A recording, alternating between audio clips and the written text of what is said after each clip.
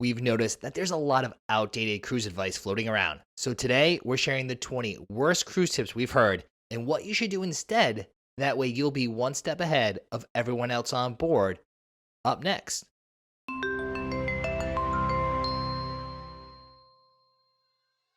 Welcome aboard, everyone. I'm Don B from Eat Sleep Cruise. And it used to be true that if you waited until the last minute to book your cruise, you could score some great cruise deals.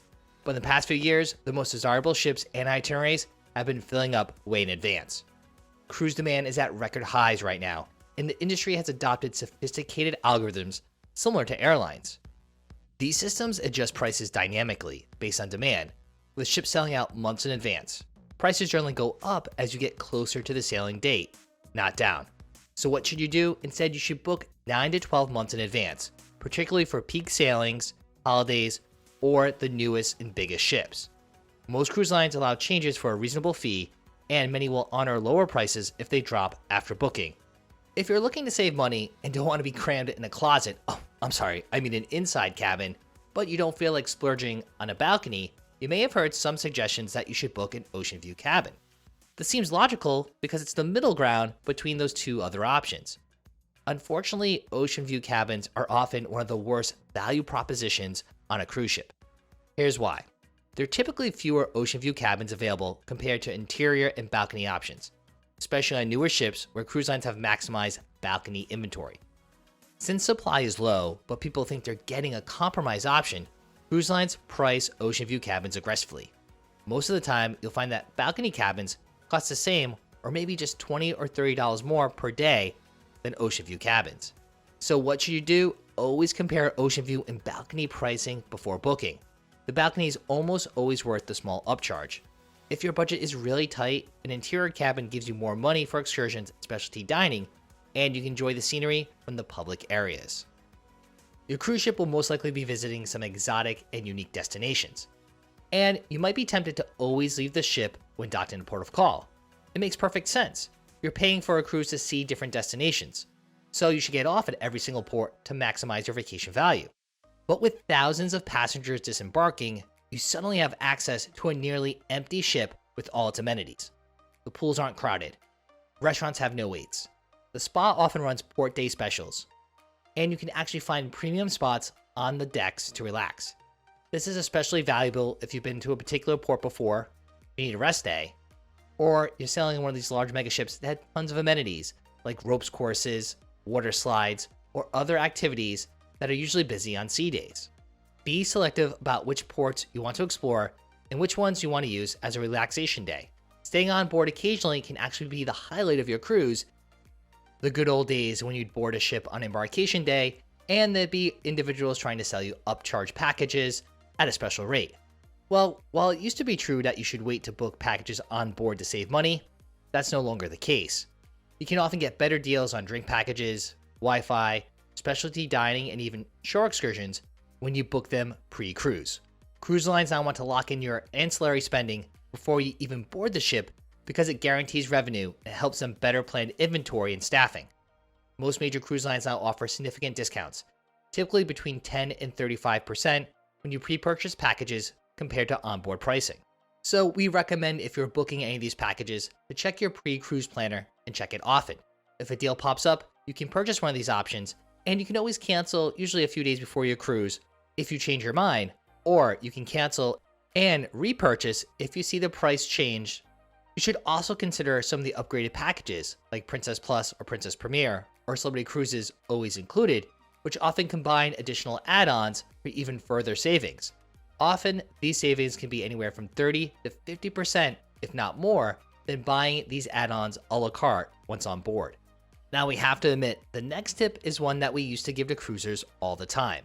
While during the check-in process, you're often asked to pick an arrival time. With those who have priority, or those who check in early getting the earliest arrival times, many think, well, hey, I can just show up at the port whenever I want. But that's no longer the case. Most cruise lines now use specific boarding time windows, and if you show up hours before your assigned time, you may be standing in line at the terminal for no reason. Now, certain cruise lines enforce this more than others, and we can speak from experience that we have stood outside terminals for Carnival Cruise Line, Royal Caribbean, and Disney Cruise Line when we arrived before our arrival window. So if you arrive at 10 a.m. with a 1 p.m. boarding time, you're not getting to the ship any earlier. You're just waiting outside or in a crowded terminal instead of relaxing at your hotel or exploring your departure city. So actually follow your assigned boarding time if you have one. If your cruise line doesn't assign specific times, you might be better off arriving a little bit later, say like 2 p.m. Of course, make sure to double check your all aboard time. Arriving a little bit later means you're bypassing all the early arrival chaos and can often go through security, check in, and get right on the ship without any hassles. When it comes to shore excursions, booking directly with the cruise line does offer certain conveniences and guarantees. The ship won't leave without you if a cruise line excursion runs late, they handle all the logistics, and they vet the operators for safety and insurance requirements. However, cruise line excursions are almost always the most expensive option and often provide the least interesting experiences. Independent excursions or local tour operators frequently offer better prices, smaller group sizes, more personalized experiences, access to places the big cruise line buses can't reach. So research each port individually and make decisions based on the specific circumstances. It is true that we've booked excursions with the cruise line, directly with local providers, or have used third-party retailers like Shore Excursions Group. In fact, they offer the best middle ground with competitive pricing and return-to-ship guarantees. And in fact, you can save up to 40% off cruise line Shore Excursion advertised prices by using our exclusive link for Shore Excursions Group down in the description. Cruise lines heavily promote drink packages because they're incredibly profitable. Most passengers don't consume enough alcohol to break even, but they buy the package thinking they're getting a deal. Not to mention, in recent years, cruise line drink packages have risen considerably. Thus, it takes more drinks to consume to break even than it used to. But let's just do some quick math. Say your drink package costs about $80 a day per person, and the average cocktail is between $12 and $15. That's around 6 or 7 alcoholic beverages every single day just to break even. And can you really drink that much over a 7-night cruise? Especially if you have 3 or 4 port days along with some sea days. So what should you do instead? Well, be honest about your actual drinking habits. Right here on our YouTube channel, we have breakdowns of several popular cruise lines drink packages showing you what's included and how much the drinks cost. That way you can do some of your own calculations. If you're a casual drinker who has wine with dinner and maybe a poolside cocktail, paying a la carte is usually cheaper. You should also consider non-alcoholic beverage packages as another alternative. These non-alcoholic drink packages, coupled with a couple a la carte purchases for alcoholic beverages, may be a better option. You've probably heard that Wi-Fi and internet on cruise ships is expensive, and that's true. In fact, the cost for one device for a week-long cruise is probably the same you pay for a month's worth of high-speed internet access back on land. So you might be thinking, with this costly internet, I'm going to buy an international phone plan. Sounds reasonable, right? Well, here's the problem. International phone plans for major carriers only work when you're connected to foreign land-based cell towers. They don't cover cruise ships at sea. Even if you purchase your carrier's international plan, your using your phone at sea will result in roaming charges. You've probably seen the social media posts or seen the Reddit forums where people regularly get bills for hundreds, if not thousands of dollars because they didn't realize that their unlimited international plan doesn't apply to cruise ships. So what you should do, put your phone in airplane mode the moment you step on the ship and leave it there for the entire sailing. If your current cell phone plan does include the international port you're visiting, you can take your phone out of airplane mode when docked at ports of call. And if you really need internet during your sailing, check and see if there's any promotions being run pre-cruise for internet on your ship.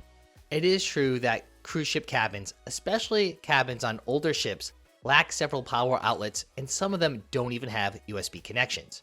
So you may have seen some suggestions to pack a power strip. This device appears virtually in every cruise packing list. The problem is that power strips with surge protectors are considered fire hazards and will be confiscated by ship security during the boarding process. You won't get them back until the end of your cruise, which defeats the entire purpose. Even power strips without a surge protector can be problematic and may even get taken depending on the security officer's interpretation of the rules. Essentially, if there's anything with an extension cord, it might be flagged.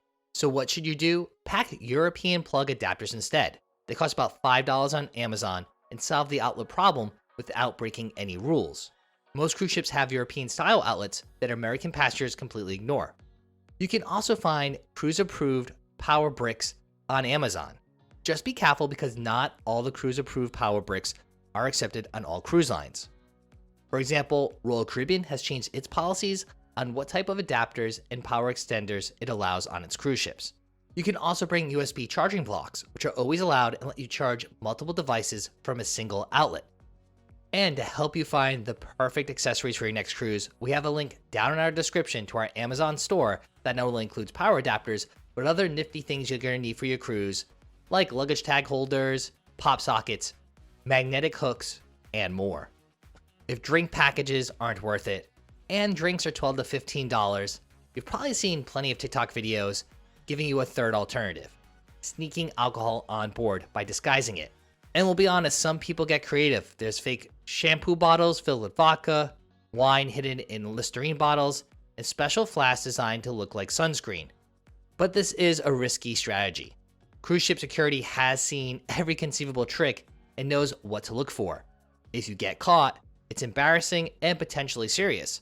Some cruise lines will confiscate the alcohol, and others will actually remove you from the ship for violating their alcohol policies. So what should you do instead? Read your cruise line's actual alcohol policy. Most major cruise lines allow you to bring 1 or 2 bottles of wine or champagne per cabin in your carry-on luggage. Or again, consider those drink packages after you've done the math and see if they're really worth it for you. Most cruise lines automatically add daily service charges, which are known as gratuities, to your onboard account. And these typically run between $15 and $20 per person per day. You can have these charges removed by visiting guest service desks, and some people do this thinking they're saving money. This is problematic because these gratuities are distributed among the hardworking crew members who make your cruise unforgettable. People like your room steward, your dining room staff, and numerous behind-the-scenes workers. Removing gratuities to save money essentially means other passengers and crew members are subsidizing your cruise experience. So instead, budget for gratuities as part of your cruise costs from the very beginning. If you receive exceptional service, you can always tip additional amounts. But removing these base gratuities affects the people who work extremely hard to make your vacation enjoyable. Another money-saving tip we see on social media is to arrive the day of your cruise. That way you avoid paying for an extra hotel night and you can maximize your vacation time at home. But flying in on embarkation day is essentially gambling with your entire cruise vacation. Weather delays, mechanical issues, air traffic control problems, which let's be honest, this summer there's been a lot of those, airport security delays, and a number of factors can cause flight delays or even cancellations. The ship will sail without you, and you'll be responsible for arranging and paying for transportation to the next port to rejoin the cruise, assuming that's even possible. So we always recommend that you fly in at least one day before your cruise and book a pre-cruise hotel stay. Yes, it adds hotel and meal costs, but that's a small price compared to missing your entire cruise. Now, another cost many will tell you is not necessary, but we can speak from firsthand experience is well worth it, is travel insurance. We always recommend that you get travel insurance, but buying it directly from the cruise line creates a fundamental conflict of interest that could leave you without the coverage that you want when you need it.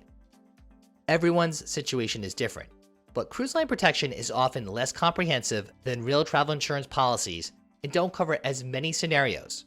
Third-party travel insurance from companies like Allianz, Travel Guard, or World Nomads typically offers better coverage for medical emergencies, trip cancellation, misconnections, and other travel disruptions, usually at a lower cost than the cruise line's protection plan. So what should you do? Well, you should compare travel insurance plans. Try to find comprehensive travel insurance from reputable third-party companies within 14 to 20 days of making your initial cruise deposit. You don't need to actually buy the travel insurance the day you book your cruise. With the advent of online booking platforms and cruise apps, you may see some people recommend that it's best to book a cruise yourself. And that sounds reasonable, because hey, you're cutting out the middleman, right? But here's what most people don't realize. A good travel advisor doesn't cost you anything. They are paid commission by the cruise line, not by you. More importantly, travel advisors often have access to exclusive promotions, group rates, and value-added perks that you simply can't book directly. We're talking about onboard credit, free specialty dining packages, cabin upgrades, and sometimes even reduced deposits. When something goes wrong with your cruise, and trust us, things do happen, you have someone in your corner who can actually fix problems while you're enjoying your vacation instead of spending hours on hold with customer service. So what should you do? Well, you should find a travel advisor who specializes in cruises and has relationships with the cruise lines. Now, of course, Heidi and I are not travel advisors, and that's why we partner with MEI Travel. They are the official travel partner of Eat, Sleep, Cruise, and you can take advantage of MEI Travel's latest deals and promotions by using our exclusive link down in the description. When you board the ship, the first thing you're going to hear from many of the onboard crew is that you can grab lunch up in the buffet. Well, it seems like a good thing. You're hungry from traveling, and the buffet is right there and included in your cruise fare. The problem is that literally thousands of other passengers have the same exact idea at the same exact time. Often, embarkation day buffets are absolute chaos.